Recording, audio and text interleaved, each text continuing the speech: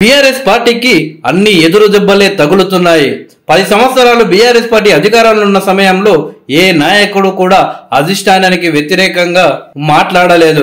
ఏమన్నా మాట్లాడాలన్నా కానీ 1-2 సార్లు ఆలోచించి వ్యాఖ్యలు చేసేవారు. కానీ బీఆర్ఎస్ పార్టీ అధికారం నుండి దూరమైన తర్వాత బీఆర్ఎస్ అధినేత కేసీఆర్ గారు సీఎం రేవంత్ రెడ్డి గారిని ఎవరూ కలవకూడదు అని చెబుతున్నా గానీ ఎమ్మెల్యేలు మాత్రం రేవంత్ రెడ్డిని కలవకుండా ఉండలేకపోతున్నారు.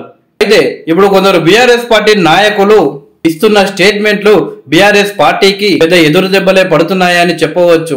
తాజాగా బీఆర్ఎస్ పార్టీ కీలక లీడర్ కేకే గారు ఒక ఇంటర్వ్యూలో సంచలన వ్యాఖ్యలు చేశారు. ఎన్నికల్లో అభ్యర్థి పాపులారిటీతో పాటు పార్టీ ఇమేజ్ కూడా ముఖ్యమన్నారు.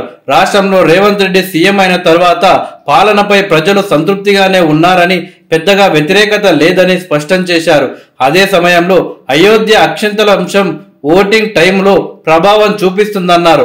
లోక్సభకు జరుగుతున్న ఎన్నికలు కావడంతో బీఆర్ఎస్ కు ఓటు వేసినా పవర్లోకి రాదనేది స్పష్టమైందని, అందువల్లనే ఆ 2 పార్టీల్లో దేనికి వేయాలనే కోణం నుంచే ఆలోచిస్తారని ఆయన అన్నారు.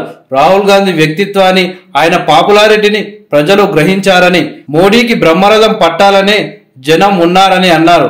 అందువల్ల తెలంగాణలోని ఎంపీ స్థానాల్లో ఆ పార్టీల మధ్య పోటీ ఉంటుందని, బీఆర్ఎస్ వాటి వెనకనే ఉండిపోవాల్సి ఉంటుందని కేకే అన్నారు. ఇంతేకాకుండా మేడిగడ్డ బ్యారేజ్ కు డ్యామేజ్ అయిన విషయాన్ని రాష్ట్ర ప్రభుత్వం ప్రస్తావిస్తున్న సందర్భంలో నల్గొండ బహిరంగ సభలో కేసీఆర్ మాట్లాడిన బొందలగడ్డ అనే భాషను కేశవరావు తప్పుపట్టారు. కాళేశ్వరం డిజైన్ విషయంలోనూ కేసీఆర్ అనవసరంగా జోక్యం చేసుకున్నారని అభిప్రాయపడ్డారు. పార్టీ నిర్వహణలో, ఎన్నికల ప్రచారంలో కేసీఆర్ తర్వాత కేటీఆర్, హరీష్ రావు, కవిత మాత్రమే ప్రముఖంగా కనిపించారని, పార్టీలోని మిగతా నాయకులకు ప్రాధాన్యత లభించలేదని తెలిపారు. ప్రస్తుతం రాజకీయ నాయకులు మాట్లాడుతున్న భాష గురించి ప్రస్తావిస్తూ 60 ఏళ్ల కాలంలో ఎన్నడూ ఇలాంటి భాషను వినలేదని, బీఆర్ఎస్ ఉనికిలోకి వచ్చిన తర్వాతనే వింటున్నానని అన్నారు. తాను సెక్రటరీ జనరల్ గా పార్టీ చేస్తున్న తప్పులను నిర్మోహమాటంగా చెప్పానని గుర్తు చేశారు. కానీ తన మాటలను కేసీఆర్ అప్పట్లో పట్టించుకోలేదని కేశవరావు గారు అన్నారు.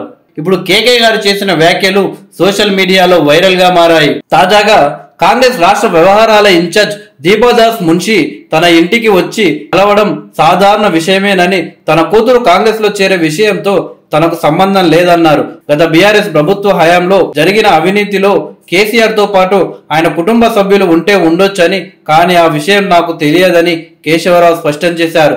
మొత్తానికి కేకే చేసిన వ్యాఖ్యలు ఇప్పుడు కేసీఆర్ ని డిఫెన్స్ లోకి నెట్టాయని చెప్పవచ్చు.